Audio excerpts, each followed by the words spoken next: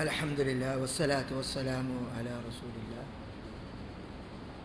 Muhammadin wa ala alihi wa sahabihi wa ahli baitihi wa man tabi'ahum bi ihsanin ila yawmiddin, amma ba'd. அன்புக்குரிய இஸ்லாமிய சகோதரர்களே, சகோதரிகளே, இஸ்லாத்தை ஆதாரங்களோடு அறிந்து கொள்வோம் என்ற இந்த நிகழ்ச்சியின் தொடரிலே இன்றைய தினம் கட்டாயம் நாம் அறிந்திருக்க வேண்டிய பால்குடி தொடர்பான சட்டங்கள், அதை பற்றி சற்று விரிவாக பேச இருக்கிறோம். அதுக்கு காரணம் என்னவென்றால், அல்லாஹ் ஒன்றை ஹலாலாக்கினால் யாருக்கும் ஹராமாக்க அனுமதி கிடையாது. அல்லாஹ் ஹராமாக்கியதை யாரும் ஹலாலாக்கவும் இல்லை.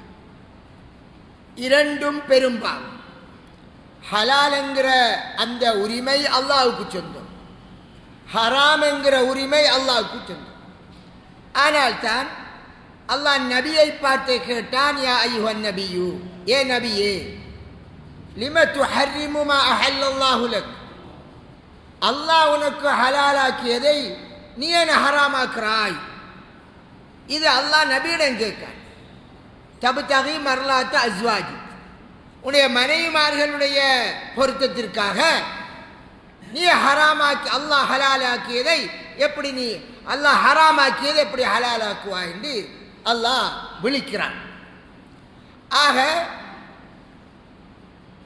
இது பெரும் குற்றம். ஆனால் சமுதாயத்தில் அது சாதாரணமாக பரவி இருக்கிறது. ஏனென்றால்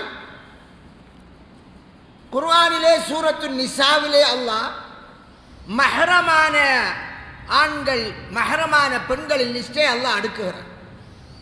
ஹுர்ரிமத் அலைக்கும் உம்மஹாத்துக்கும், உங்களுடைய தாய்மார் உங்களுக்கு ஹராமாக்கப்பட்டார்கள் திருமணம் செய்யறதுக்கு. இப்படியே அல்லாஹ் அடிக்கு வரும்போது வ உம்மஹாத்துக்கும் உல்லாத்தி அர்லானுக்கும், உங்களுக்கு பாலூட்டிய தாய்மார்கள் அவர்களையும் அல்லாஹ் உங்களுக்கு ஹராமாக்கி இருக்கிறான் திருமணம் செய்வதற்கு. வ அஹவாத்துக்கும் மினர் ரலாஅத்தி, பால்குடி வகையால் உங்களுக்கு சகோதரிகள் வந்திருப்பார்கள், அவர்களையும் அல்லாஹ் உங்களுக்கு திருமணம் செய்வதற்கு ஹராமாக்கி இருக்கிறான் என்கிறான். அதென்ன பால்குடி வகையால சகோதரி? பால் கொடுத்த தாய் என்றால் எல்லாருக்கும் தெரியும். நான் பிறந்ததும் எனக்கு ஒரு பெண் பால் தந்தாள், தாய்ப்பால், அவளை நான் குடித்தால் அந்த பெண் எனக்கு தாயாக ஆகிடுவாள். அவளை திருமணம் செய்வது ஹராம், இது தெரிஞ்ச விஷயம். செவிலித்தாய் என்று சொல்லுவோம். ஆனால் பால்குடி சகோதரி என்கிறவள் எங்களுடைய சமுதாயத்தில் அது ரொம்ப சாதாரணமாக நடந்திருக்கிறது.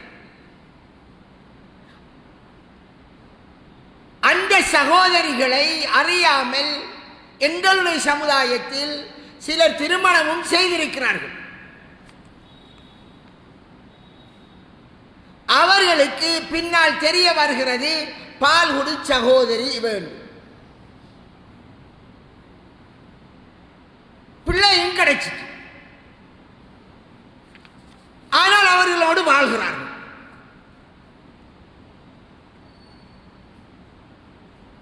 சகோதரியோடு திருமணம் செய்து வாழலாமா? வாழலாம். குர்ஆனில் வந்த வசனம் தெளிவாக அல் குர்ஆனில் வந்துட்டு, பால்குடி வகையிலான சகோதரிகள் உங்களுக்கு ஹராமாக்கப்பட்டது. ஒரு தாய் இருக்கிறான், எந்தெந்த வகையிலெல்லாம் பால்குடி சகோதரிமார் வருகிறாள் என்பதற்கு சில உதாரணத்தை சொல்லும். ஹாஸ்பிட்டல்ல இப்ப ஓட்ல இருக்கிறான், அவருக்கு பிள்ளை கிடைச்சிட்டு, அவக்கு தாய்க்கு ஏதோ ஒரு காரணத்தால பால் கொடுக்க முடியல. ஒன்று மயக்கம், அதில் டாக்டர் அட்வைஸ் பண்ணியிருப்பார், இந்த பிள்ளைக்கு இப்போ பால் கொடுக்கணும், நீங்கள் உங்களுக்கு சில ட்ரீட்மெண்ட் இருக்கு. அந்த நேரம் ஹாஸ்பிட்டலில் பக்கத்தில் இருக்கக்கூடிய ஒரு தாய் இந்த பிள்ளை பசியினால் அனுமல்லவா, அவளுக்கும் பிள்ளை கிடைச்சிருக்கு. அவன் என்ன செய்வா, சாதாரணமா தந்த பிள்ளைக்கு பால் கொடுக்கும் போது அந்த பிள்ளைக்கும் பால் கொடுத்துருவான். கொடுத்துட்டாண்டு வைப்போம். இது சாதாரணமாக நடக்குதா இல்லையா? இந்த காலத்தில் ஹாஸ்பிட்டலில் நடக்க சந்தர்ப்பம் இருக்கு. எந்த ஒரு தாயும் தன் பக்கத்தில் ஒரு குழந்தை தாய்ப்பாலுக்காக தவிக்கிற போது பார்த்து கொண்டு நிற்க மாட்டான். தன் குழந்தையோ அல்லது பிறருடைய குழந்தையோ கதறுகிற போது, இப்ப சில வீட்டில் உறவுகள் இருக்குது, ஒரு சகோதரி இன்னொரு சகோதரி விட்ட போறான், இரண்டு பேருக்கும் சேம் டைம் பிள்ளை கிடைச்சிருக்கு.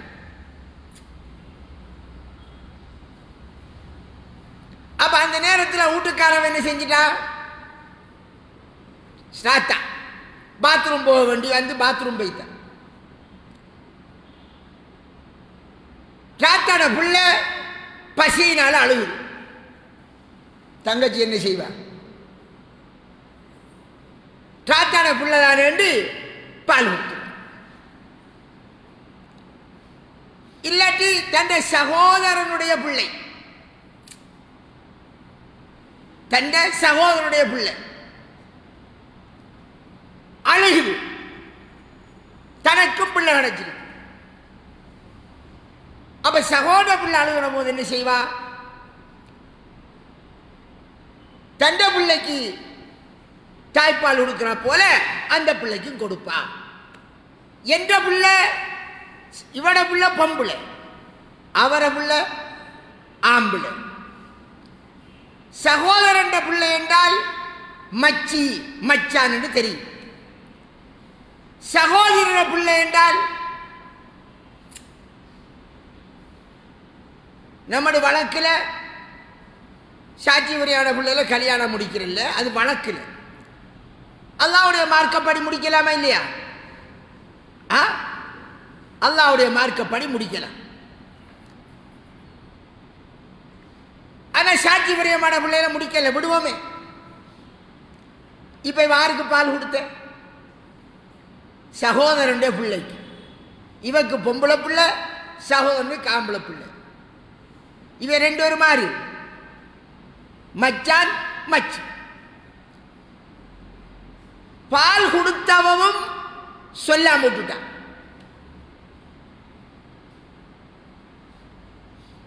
பாத்ரூமுக்கு போய் அவ வந்தா பிள்ளை குளரல்ல. இப்படி 2-3 நாள் நடந்திருக்கு. சின்ன பிள்ளை தானே, அழுதுதானே, போத்தல் எடுத்து பால் கொடுக்காமல கொடுக்குற பாய் கொடுத்து போட்டு கணக்கெடுக்காமலே விட்டுட்டாங்க. பிள்ளைகள் வளருது. மச்சானும் மச்சி. ஆனால் அவர்கள் 2 பேரும் பாரு, பால் குடித்த வகையால் ஆறு, சகோதரி சகோதரனும் சகோதரியும் உடன் பிறந்த ஒரு வயிற்றினூடாக வந்த சகோதரனுக்கு என்ன சட்டமோ அதே சட்டம் 2 பேருக்கும் ஒரே சட்டம். இப்ப 2 பேரும் மஹ்ரம். பிள்ளைகள் பெருத்தத்துக்கு போறவும் விஷயத்தை உம்மாமாரின் செல்லல, டேய் நான் உனக்கு பால் கொடுத்தாண்டு மருமானுக்கு இவ செல்லையும் இல்லை, தாய் செல்லல. உங்க மாமாட மகனுக்கு நான் பால் கொடுத்தன்று மகளுக்கும் செல்லல. அப்படியே காலம் போய்த்து திருமணம் முடிக்கிற வயசு வந்தது. மச்சான் மச்சி என்ற உறவுல கல்யாணத்தை முடிச்சு கொடுத்துட்டாங்க.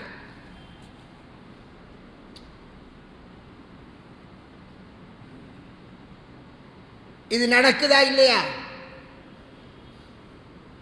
நடந்திருக்கு. நடந்ததால தான் இதெல்லாம் பேசுறேன்.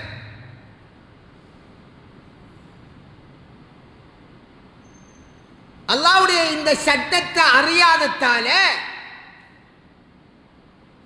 மிகப்பெரிய விபரீதம் எல்லாம் நடக்குது. உக்பா ரலியல்லாஹு அன்ஹு, புகாரியில் வரக்கூடிய ஹதீஸ். ஒரு பெண்ணை கல்யாணம் முடிச்சா.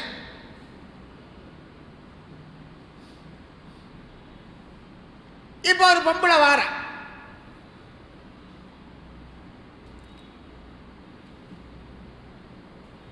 அவ வந்து சொல்றா, உக்குபாவுக்கும் உக்குபா கல்யாணம் முடிச்ச பெண்ணுக்கு நான் பால் கொடுத்தங்க.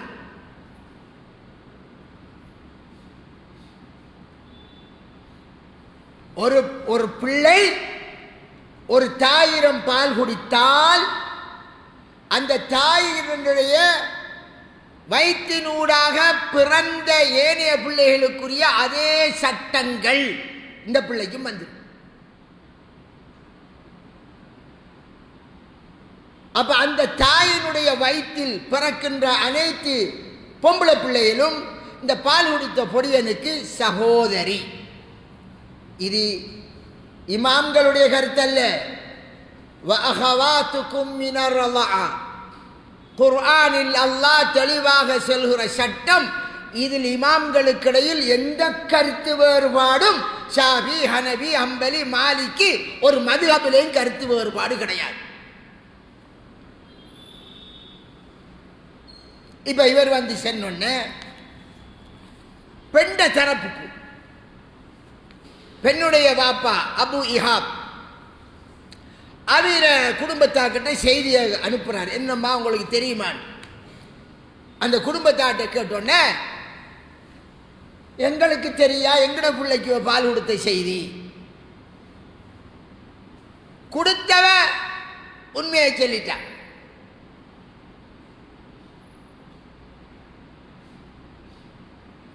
கொடுத்தவதானே சொல்றான், நான் தான் பால் கொடுத்தேன். நான் சொன்னேன் தானே, இப்ப பால் கொடுக்கிறவன் சந்தர்ப்பம் எப்படி எல்லாம் பேரும் அதை பார்த்து கொடுத்துட்டு போய்த்திருவான். ஹாஸ்பிட்டல் இருக்க கொடுக்குற மாதிரி.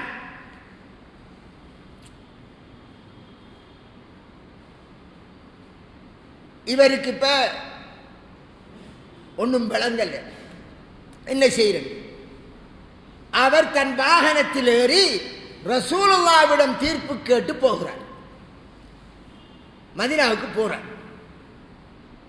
போய் ரசூலுல்லாஹி ஸல்லல்லாஹு அலைஹி வஸல்லம் அவரிடம் இந்த விடயத்தை சொன்னபோது ஸல்லல்லாஹு அலைஹி வஸல்லம் அவர்கள் என்ன பதில் கொடுக்கிறார்கள்? அதானே பால் கொடுத்தாச்சு என்று சொல்லப்பட்டாச்சு. இப்ப நீங்க என்ன செய்யணும்? சகோதரனும் சகோதரியும் என்று ரசூலுல்லாஹ் உக்பாவினுடைய மனைவியை பிரித்து வைத்தார்கள். வாழையேலா முடிஞ்சது முடிஞ்சு.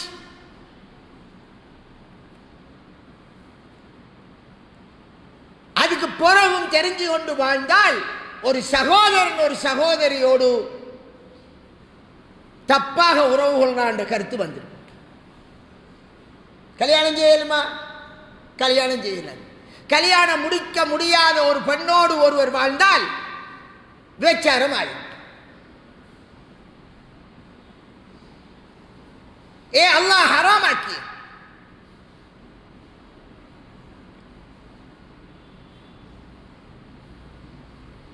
நபி ஸல்லல்லாஹு அலைஹி வஸல்லம்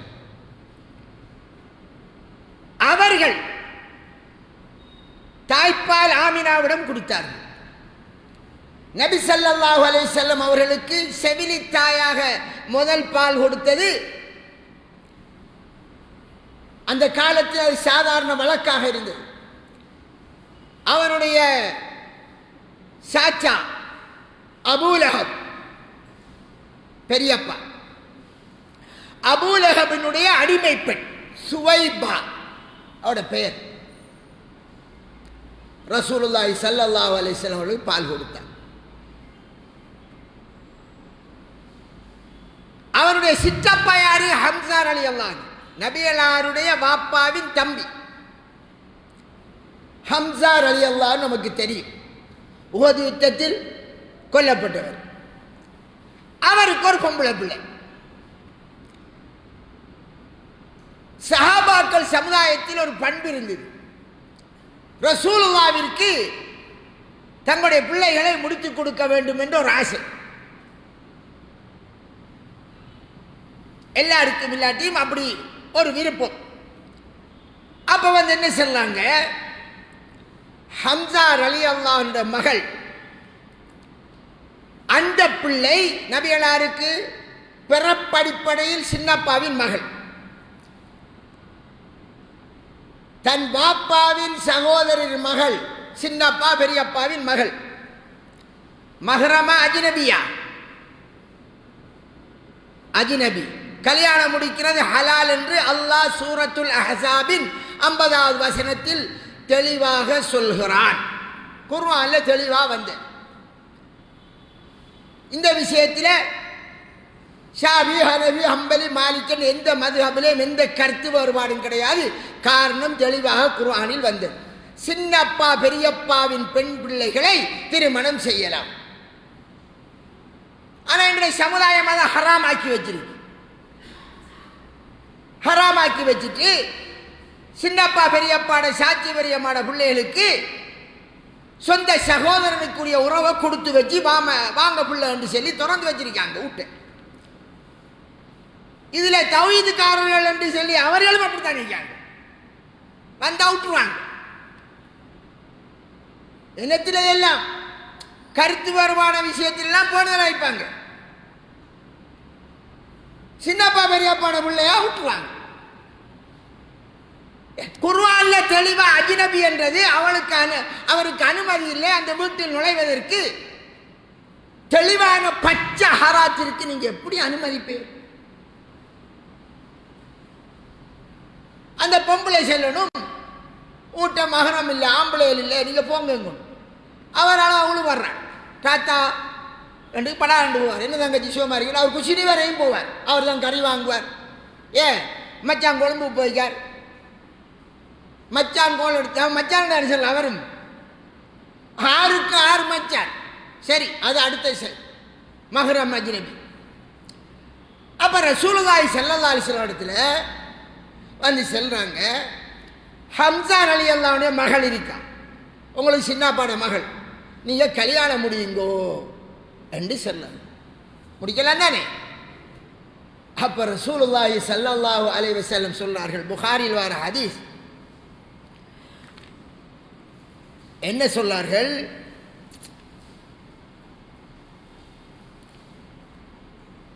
அந்த பெண் எனக்கு ஹலாலாக மாட்டாள். ஏனென்றால் ஹம்சா ரலியல்லாஹு அன்ஹு எனக்கு பால்குடி சகோதரன். நாங்க 2 பேரும் சுவைபாவிடம் பால் குடிச்சோம். ஜாஹிலியா காலத்தில் பால் குடிச்சது. நபி பட்டம் கிடைச்சது போறோம் இல்லை. நபிகளாருக்கு 40 வயசுல தான் நபி பட்டம் கிடைக்குது.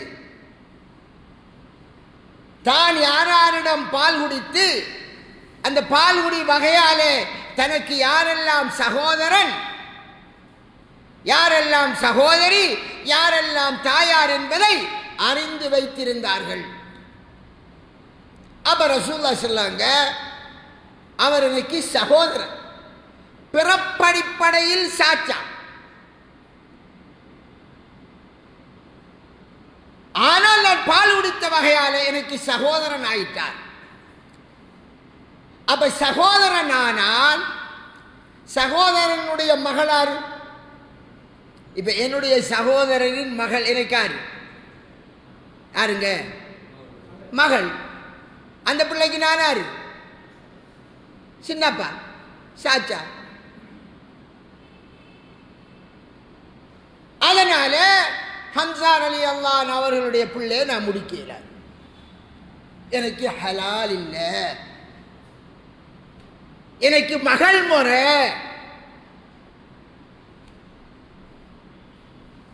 அன்பிற்குரிய சகோதரன், இப்ப பால் கொடுக்கிற அந்த வழிமுறை சமுதாயத்தில் குறை. நான் என் தாய் இல்லாத 2 இடத்துல பால் கொடுத்திருக்கேன். நான் அதை கேட்டு தெரிந்து கொண்டேன்.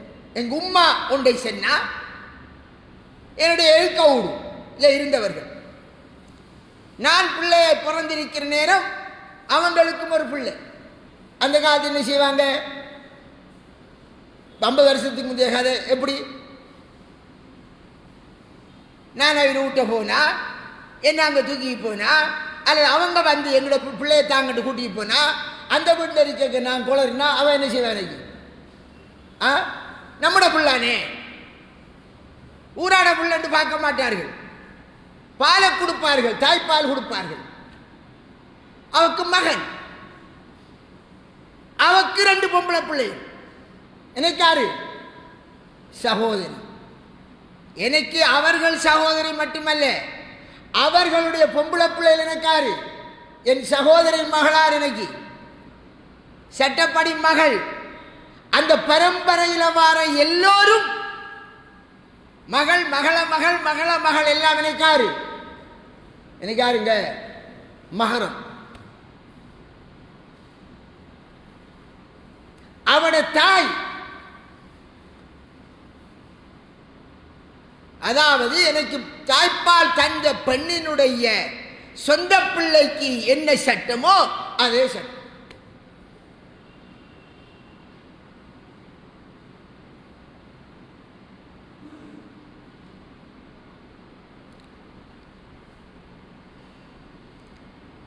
இந்த மாதிரி நான் மட்டுமல்ல, உங்களோட உம்மாமார் உயிரோடு இருந்தால் இருக்கக்கூடிய உம்மாமாரிடம் இப்போ 30-40 வருஷத்துக்கு முந்தி, உம்மா நீங்க யாருக்கும் தாய்ப்பால் கொடுத்திருக்கீங்களா, நீங்க அஜ்னபி என்று நினைச்சிருப்பேன், ஆனால் உங்களுக்கு அஜ்னபியா இருக்காது. கேளுங்க. அவர்கள் சொல்லாமல் விட்டது அவருடைய குற்றம், அவருடைய அறியாமை. இந்த சட்டத்தினுடைய பாரதூரம் தெரியாது. 2வது நாட்டு தாய்ப்பால் குடிச்சிருக்கேன். இது மார்க்கம் என்றதால சொல்றேன். என் சொந்த பெரியம்மாவிடம் குடிச்சிருக்கேன். எனக்கு அது சிறுபிராயத்தில் தெரியாது. 15-16 வயசுல பிறகுதான் தெரியுது. பெரியம்மாட பிள்ளைகள் கல்யாணம் முடிக்கலாமா இல்லையா, குடிக்கலாம். ஆனால் நான் தாய்ப்பால் குடித்ததால் அவர்கள் எனக்கு யாரு, சகோதரி.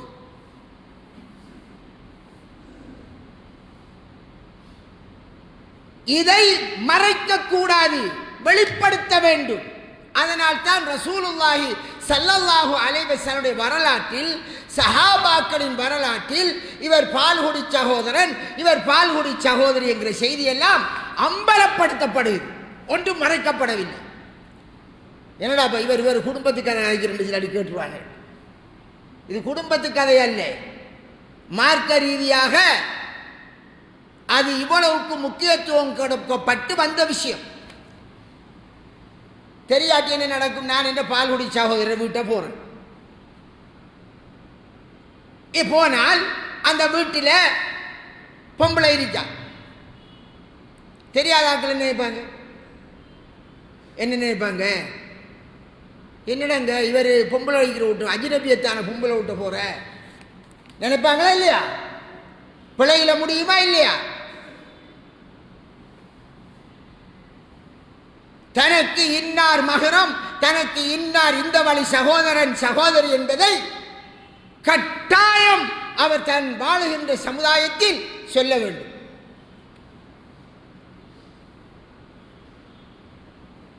ரசூலுல்லாஹி ஸல்லல்லாஹு அலைஹி வஸல்லம்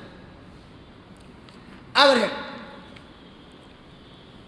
அவருடைய மனைவியில் ஒரு ஆளாரு உம்மு ஹபீபா.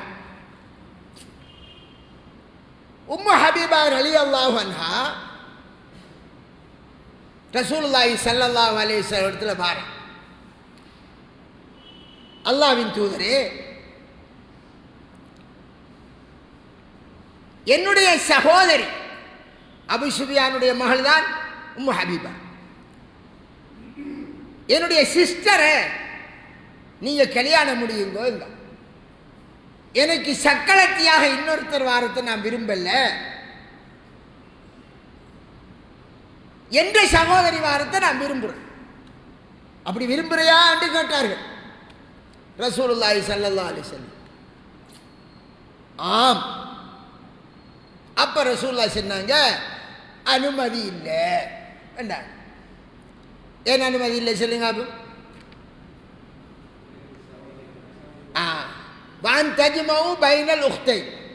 ஒரே நேரம் இரண்டு சகோதரிகளை, உடன் பிறந்த சகோதரிகளை ஒரே நேரத்தில் ஒருவர் முடிச்சிருக்க இயலாது. ஒரு ஆள் மௌத்தான அடுத்தவரை முடிக்கலாம். அதே மாதிரி ஒரு பெண்ணையும் அந்த பெண்ணினுடைய சகோதரியின் மகளையும் முடிக்க இயலாது. யாரு? அது ஹதீஸ்ல புகாரில வருது. ஒரு பெண்ணை முடிச்சிருக்கார், அந்த பெண்ணினுடைய சகோதரியின் மகள், அந்த பெண்ணுக்கு அந்த சகோதரியின் மகள் யார் இருப்பாள்? சாட்சி மகள். ரெண்டு பேரையும் ஒரே நேரத்தில் முடிக்க இயலாது. அது ஹதீஸ்ல வாரது, புகாரில் வர ஹதீஸ். அப்ப ரசூலுல்லாஹி ஸல்லல்லாஹு அலைஹி வஸல்லம் சொல்லிட்டாங்க, உம்மு ஹபீபாக்கு உன்னுடைய சகோதரியை நான் ஒரே நேரம் முடிக்க இயலாது. சரி, அவள் சொன்னா, நீங்க உம்மு சலமாட மகளை முடிக்க இருக்கிறதா கேள்விப்படுறேன். ஆறு உம்மு சலமா? ரசூலுல்லாஹ்வுடைய மகள், ரசூலுல்லாஹ்வுடைய மனைவி. அப்ப ரசூலுல்லாஹ் சொன்னாங்க, அவ என்ற மடியில வளர்ந்த பிள்ளை. ஆறு?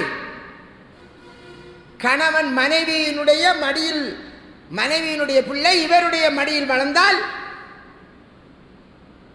நாம் என்னென்று சொல்லாது, புருஷன் பொஞ்சாயிரம் மகள்னு சொல்றேன் ஊர் வழக்கில், புறா மகளும். அப்படித்தான் இல்லை என்று வைத்துக் கொண்டாலும் எனக்கு அந்த பெண்ணை முடிக்க இயலாது. ஏன் தெரியுமா?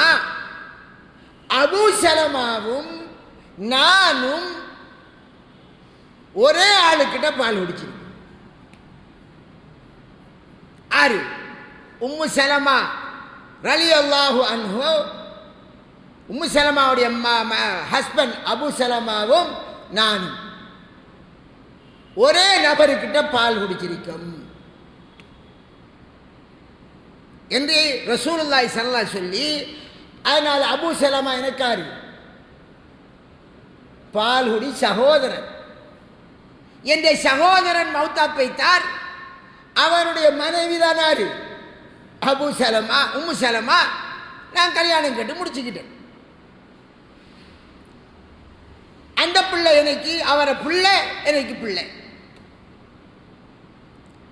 பாருங்கோ, சமுதாயத்தில் இது அறியப்படாததால தான் நபிகளாரிடத்தில் வந்து இந்த மாதிரி நீங்க முடிங்கோ என்று கேட்காங்க. ரசூலுல்லாஹி ஸல்லல்லாஹு அலைஹி வஸல்லம் அவடத்தை வெளிக்காட்டி சொன்னார்கள், இது எனக்கு மஹரம், இது எனக்கு அஜ்னபி, நான் இது முடிக்க இயலாது, இது முடிக்கலாம்.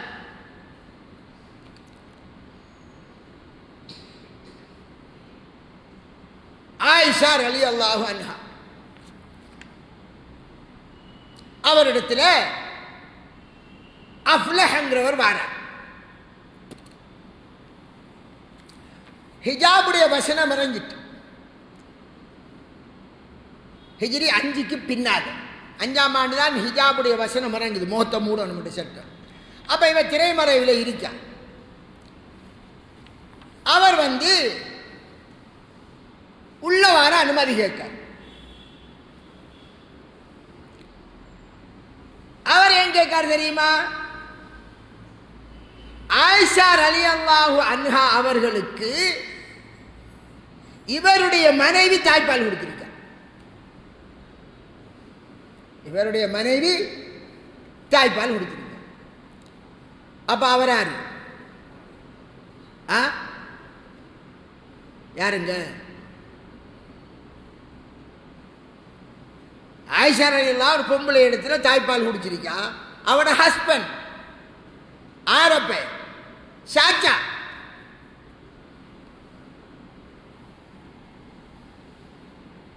ஆயிஷா ரலியல்லாஹு அன்ஹா இவர் அனுமதி கேட்டோன்னு, இல்லை ரசூலுல்லாஹி ஸல்லல்லாஹு அலைஹி வஸல்லம் கேட்டதுக்கு பிறகுதான் நான் உங்களை அனுமதிப்பேன், அது வரையில் அனுமதிக்க இயலாது. ஏண்டா நீங்கள் பால்குடி சாச்சா தானே, ஒரிஜினல் வாப்பன தம்பி இல்லையே என்கிறதால அந்த மார்க்க சட்டங்கள் கொஞ்சம் கொஞ்சமாக வருகுது. அப்போ ஆயிஷா ரலியல்லாஹு அன்ஹா அவர்கள் ரசூலுல்லாஹி ஸல்லல்லாஹு அலைஹி வஸல்லம் அவர்கள் வந்ததும் இந்த விடயத்தை சொல்றாங்க. இப்படி நான் நடந்து கொண்டேன். இந்த அபுலஹங்கிறவர் அஹு அபுல் குஐஸ், அவருடைய பேர் அபுல் குஐஸினுடைய சகோதரர் அஃப்லஹ், அவருடைய பேர் அஃப்லஹ். இவர் வந்து இப்படி கேட்டாரு, நான் இல்லைன்றன். அப்ப ரசூலுல்லாஹி ஸல்லல்லாஹு அலைஹி வஸல்லம் சொன்னார்கள், இன்னஹு அம்முகி, அவர் உனக்காரு அம்மண்டாரு சாச்சா. அதனால அனுமதி என்றார்கள். அப்ப ஆயிஷா ரலியல்லாஹு அன்ஹா தனியா இருந்தாலும், தனியா இருக்கிற நேரம் தான் அவர் வாரார், தனியா இருக்கிறேன் தான் பாராரு. ரசூலுல்லாஹ் இல்ல, ஹிஜாபுடைய வசனம் இறங்கிட்டு அவர் மஹரம், பாலுடி வகையால வந்த மஹரம். ரசூலுல்லாஹ் அனுமதிக்குமாறு கட்டளையிடுகிறார்கள். எனவே அன்புக்குரிய சகோதரர்களே, நீங்க இந்த சமுதாயத்தில் இத வெளிப்படையாக ஹாஸ்பிட்டல்ல நிறைய சந்தர்ப்பம் இருக்கு. நான் ஆரம்பத்தில் சொன்ன மாதிரி ஒரு தாய் பிள்ளையை பெற்று இருக்கிறாள், தாய்க்கு பால் கொடுக்க முடியாத நிலை இருக்கிறது. பக்கத்தில் இருக்கிற பிள்ளை தாய் பால் கொடுத்து விட்டால் பால் குடித்த பிள்ளைக்கு, பால் குடித்த பிள்ளைக்கு பால் கொடுத்த தாயினுடைய பிள்ளைகள் எல்லாம் மஹரம். அது 5 வருஷத்துக்கு பிறகு தெரிஞ்சாலும் சரிதான், 50 வருஷத்துக்கு பிறகு தெரிஞ்சாலும் சரிதான். ஆனா உடனே தெரியணும், சொல்லணும், நீங்க மயக்கத்தில் இருந்தேலுமா அல்லது உங்களுக்கு டாக்டர்மார் மருந்து கொடுக்கணும் என்று, மருந்து போடணும், பால் கொடுக்கணும் என்று சொன்னதால நான் தான் பால் கொடுத்தேன். அதனால உங்கள பிள்ளைக்கு எந்த பிள்ளைகள் எல்லாம் மகரம். இவடத்த ஒரு விஷயத்தை சொல்லணும் கட்டாயம், உங்களுக்குள்ள வரும் அந்த கேள்வி.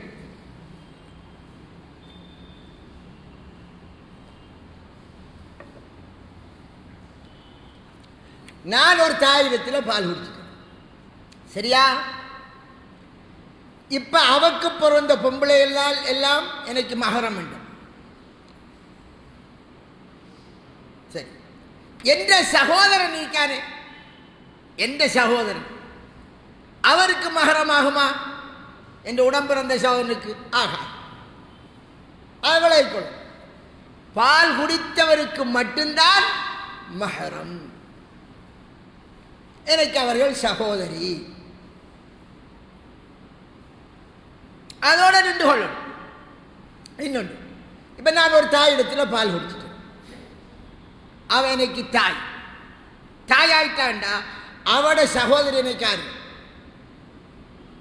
ஆருங்க சாட்சி, மஹரம் அஜ்னபியா?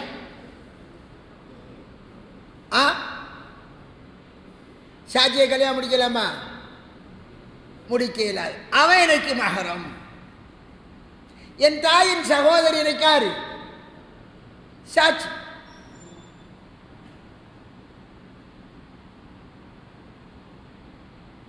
இந்த நேரம் இன்னொரு முக்கியமான விடயத்தை இந்த சந்தர்ப்பத்தில் சொல்றேன். கட்டாயம் சொல்ல வேண்டும். என்னவென்றால், ஒரு பிள்ளையை வளர்க்க விரும்புகிறார்கள். அதாவது கல்யாணம் முடிச்சும் பிள்ளை இல்லை என்பதால் 10 வருஷமா பிள்ளை இல்லை. அப்போ ஒரு பிள்ளை எடுத்து வளர்ப்போம்னு நினைக்காங்க. முடிவெடுக்காங்க, ஒரு ஆம்பளை பிள்ளை எடுத்து வளர்ப்போம், புருஷன் பொண்டாட்டி.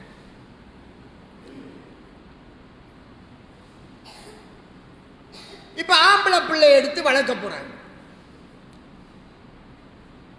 அப்படி பிள்ளையை வளர்த்தால், ஒன்று வளர்ப்பு பிள்ளை என்றது அந்த பிள்ளைக்கு கட்டாயம் சொல்லணும். அது பிள்ளை தத்தெடுப்பதற்கான சட்டம், அது வேறொரு நேரம் பேசுவோம். சரி, வளர்த்து வந்துட்டாங்க, பிள்ளை பருவ வயதை அடைஞ்சிட்டான். அவன் 13 வயசு ஆயிட்டு, அவன் குமரன் ஆயிட்டான். வளர்த்த தாய்க்கு அவன் யாரு? அஜ்னபியா மஹரமா? அஜ்னபி, மஹரம் இல்லை. அந்த தாய் அவனுக்கு முன்னால், சொந்த பிள்ளைக்கு முன்னால் நிற்கிறாப்பல, நிற்கலாமா? நிற்கல. பால் கொடுத்தால் மட்டும்தான் தாய் பால் குடித்தாள், இல்லாட்டி அஜ்னபிதான். நம்முடைய ஊரில் நடக்குதா இல்லையா? பிள்ளை இல்லை என்று போட்டு 6வது பிள்ளை எடுத்து வளர்க்கிறார்கள். ஆம்பளை பிள்ளை எடுத்து வளர்த்தால் சிலர் பிள்ளை பேரும் சொல்ல மாட்டார்கள், பெத்த உள்ள மாதிரி வளர்ப்பார்கள். ஆனால் புறவு பேசுறேன், தாய்ப்பால் கொடுக்கல, அவன் பருவ வயது அடைஞ்சிட்டான், 18 வயசாயிட்டு, 25 வயசாகுது. சொந்த தாய் மாதிரி அவனுக்கு முன்னால எப்படியெல்லாம் இருப்பான். ஒரு தாயிர மடியில் படுக்கலாமா இல்லையா? பெத்த தாயிர மடியில் படுக்கலாம். அந்த அளவுக்கு அல்லாஹ் அனுமதிச்சிருக்கான்.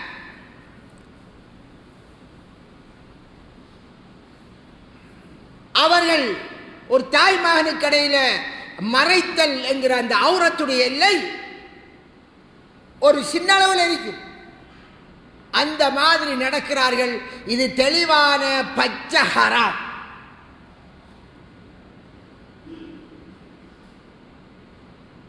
அப்ப எப்படி செய்யல? ஒன்று செய்யல. இந்த பெண் ஆம்பளை பிள்ளையை தான் எடுத்து வளர்க்க துவங்கினேன், அவருக்கு தான் பிள்ளை இல்லை. அவட சகோதரிக்கு ஒரு பிள்ளை பிறந்துட்டு, யாருக்கு? சகோதரிக்கு பிள்ளை பிறந்துட்டு. அந்த சகோதரியிடம் இந்த பிள்ளை பால் குடிக்குது, வளர்க்கிற பிள்ளை. பால் குடித்தால் பால் கொடுத்த தாய்க்கு மகன் இவ்வாறு அரிப்பா, அவட சகோதரி யார் அரிப்பா? சாட்சி அரிப்பா. மஹரமா இல்லையா? மஹரம்.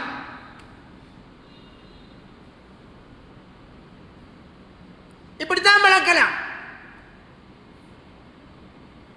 அதே நேரம் இவ பால் கொடுத்த தாய் என்று தெரியும், நாம் வளர்த்த சாட்சி என்று அது சொல்லி வளர்க்கணும். அது பிறகு அந்த சட்டத்தை பார்ப்போம். நான் தான் தாய் என்று, உண்மையான தாய் என்று பிள்ளையின் உண்மைத்தன்மையை மறைத்து வளர்ப்பது மார்க்கம் தடுத்த ஹராமான காரியம். சரி, ஒரு பொம்பளை பிள்ளை எடுத்து வளர்க்க போறாங்க. வளர்க்காங்க. அந்த பிள்ளைக்கு தாய்ப்பால் கொடுத்து வளர்த்தால் இவருக்காரு அந்த பொம்பளை பிள்ளை சாச்சா. இப்ப தாய்ப்பால் கொடுக்கத்தான பிள்ளை பிறல வளர்க்கலாமா? விட்டு ஒரு பொம்பளை பிள்ளைய பிள்ளை இல்லைன்னு வளர்க்கலாம். அந்த பிள்ளை பருவ வயதை அடைந்து விட்டால் இப்ப அந்த பொம்பளை யார் முடிக்கலாம்? யார் முடிக்கலாங்க? வீட்டில் வளர்த்த அந்த தகப்பன் என்று சொன்னவர் இஸ்லாமிய சட்டப்படி முடிக்கலாம். ஏனென்றால் அந்த பிள்ளை வெறுமனே ஒரு பொம்பளையை வளர்த்ததால் அந்த பிள்ளை அவருக்கு மஹ்ரமாக ஆகாது. அப்படி வளர்ப்பது ஹராம். அதுக்கு பிறகு குமரானதற்கு பின்னர் அந்த பிள்ளை அந்த தகப்பனை விட்டும் மறைந்து விட வேண்டும். அந்நிய பெண்ணுடைய சட்டம். நம்ம ஊரில் வளர்க்காங்களா இல்லையா? வளர்க்காங்க, கல்யாணம் முடிச்சு கொடுக்காங்க, இதெல்லாம் நடக்கும். ஒலி செல்றாங்க.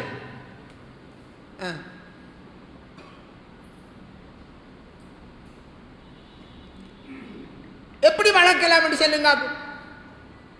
எந்த ஒரு வகையில் உள்வாங்கி எடுக்கலாம்? அவருடைய சகோதரி, அந்த ஆம்பளை இருக்காரு, அந்த ஆம்பளை பிள்ளைய வளர்க்க துவங்கின ஆம்பளையினுடைய சகோதரிக்கு பிள்ளை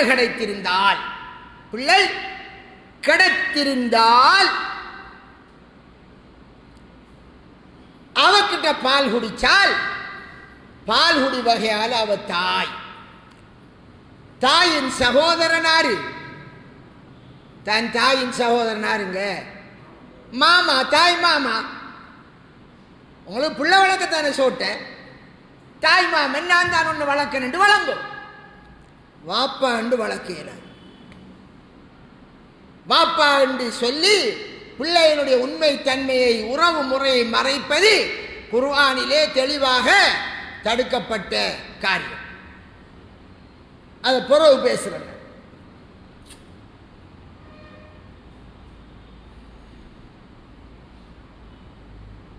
அவருக்கு அல்லாஹ் அனுமதிக்கிறான், வளர்ப்பதை தடுக்கவில்லை. ஆனால் மஹ்ரம் அஜ்னபி உறவை பேண வேண்டும். ஒருவருக்கு ஆம்பளை பிள்ளையும் வேணும், பொம்பளை பிள்ளையும் வேணும் என்று ஆசைப்பட்டார். நீண்ட காலமாக ட்ரை பண்ணுறாங்க, இல்லை. ஒரு 20 வருஷத்துக்கு பிறகு ஒரு பொம்பளை பிள்ளை கிடைச்சிட்டு. எத்தனை வருஷத்துக்கு பிறகு? 20 வருஷத்துக்கு. ஆம்பளை பிள்ளை ஒன்று வேணுமா இல்லையா? அடுத்த ஆம்பளை பிள்ளை 20 வருஷத்துக்கு பிறகு தான் வந்து வேண்டாம், என்ன செய்யுது? அப்போ யோசிக்கார் அவர், உனக்கு பிள்ளை கிடைச்சிட்டு பொம்பளை பிள்ளை, ஒரு 2 வருஷத்துக்காவது உனக்கு தாய்ப்பால் வந்து கிடைக்கும். இந்த நேரம் நாம் என்ன செய்வோம்? ஒரு ஆம்பளை பிள்ளைய எடுத்து வளர்ப்போம் என்று அந்த நேரம் தாய்ப்பால் கொடுத்துட்டார். புத்திசாலித்தனமா. அப்ப அவர் என்ன செய்றார்? பிள்ளைய நாங்க வளர்த்த வாப்பான்னு சொல்லி வளர்த்தோம்.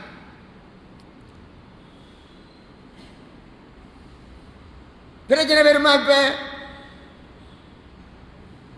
எனவே தாய்ப்பால் கொடுக்கிறது என்கிற விடயம் அல்லாஹு தஆலா ஒருவர் ஒரு பிள்ளையை மஹரமாக்குவதற்கான முறையாக ஆக்கி வைத்த சட்டம்.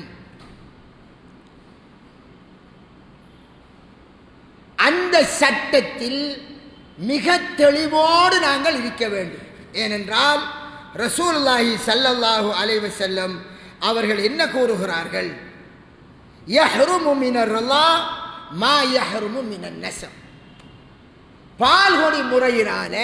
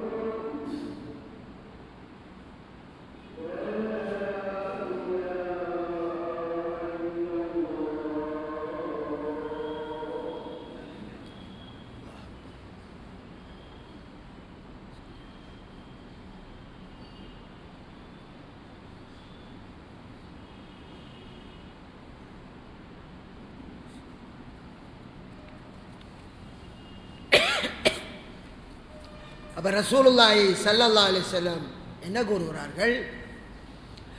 பிறப்பின் அடிப்படையில் யாரெல்லாம் மஹ்ரமாவார்களோ அது அனைத்தும் பால்கொடி வழியாலும் மஹ்ரமாகும். மிக சிம்பிளாக ஸல்லல்லாஹு அலைஹி வஸல்லம் சொன்ன தியரி அளவளைக் கொள்ளும். பிறப்படிப்படை, அதாவது ஒரு தாயினுடைய வயிற்றினூடாக நாங்கள் வருவதால் அந்த தாயோடு தொடர்பான யாரெல்லாம் எங்களுக்கு மஹ்ரமாவார்களோ அதே மாதிரி ஒரு பெண்ணினுடைய மார்பகத்தில் தாய்ப்பால் குடிப்பதால் அந்த பெண்ணினுடைய அனைவரும் மஹ்ரமாவார்கள். எந்த அனைவரும்? பிறப்படிப்படையில் மஹ்ரமான அனைவரும் மஹ்ரமாவார்கள். அப்ப நான் பிறந்தால் என் தாய்க்கு சகோதரனைக்கு மஹரம், என் தாயினுடைய தாய் மஹரம், என் தாயின் பிள்ளை மஹரம் சகோதரி. சொல்லமா இல்லையா? இது மாதிரி தான் தாய்ப்பால் குடித்தால் அந்த தாயின் தாய் மஹரம், அந்த தாயின் சகோதரி மஹரம், அந்த சகோதரியின் அடுத்த அந்த தாயின் பிள்ளைகள் பொம்பளை பிள்ளைகள் மஹரம், அதனுடைய பிள்ளைகள் எனக்கு என்னவாகும்? மஹரமாகும். அந்த தாயின் பிள்ளை எனக்கு சகோதரி. ஆக இந்த அடிப்படையில் அந்த பேசிக் தியரியை புரிந்து கொள்ள வேண்டும் என்பதை கூறிக்கொள்கிறேன். இன்னொரு விஷயம் இருக்கிறது, அதை சற்று விரிவாக பேசணும். இப்படி பால்குடி வகையான மகரமாக இருந்தால் பால்குடியினுடைய அளவு என்ன? ஒரு தரம் பிள்ளை தாய்ப்பாலுக்காக வாயை வச்சு எடுத்துட்டு அதனால மகரமாயிருமா இல்லை எந்த அளவு குடிக்கணும் என்கிற விஷயத்தை இன்ஷா அல்லாஹ் அதை கட்டாயம் தெரியணும். அதை பொறுத்து தான் இந்த மகரமாகும். விளங்குதானே? குடிக்கிறதுக்கென்று ஒரு அளவு இருக்கு, குடிக்கிறதுக்கென்று ஒரு கால எல்லை இருக்கு. குறிக்கப்பட்ட கால எல்லை, அந்த கால எல்லைக்குள் குறிக்கப்பட்ட அளவு, இந்த ரெண்டையும் சேர்த்து அதை குடித்தால்தான் மகரமாகும் என்பதை அதனுடைய விரிவான விளக்கத்தை இன்ஷா அல்லாஹ் எமது அடுத்த திங்கட்கிழமை நிகழ்ச்சியில் நாங்கள் விரிவாக பார்ப்போம் என்பதை கூறிக்கொள்கிறேன். அல்லாஹு தாலா பேசிய எனக்கும் உங்களுக்கும் இதை புரிந்து இதை சமுதாயத்தில் ஒரு விழிப்பாக எடுத்து சொல்ல நல்லருள்பாலிப்பானாக. இதை பார்க்கக்கூடிய சகோதரர்கள் இந்த விடயம் மக்கள் மத்தியில் போய்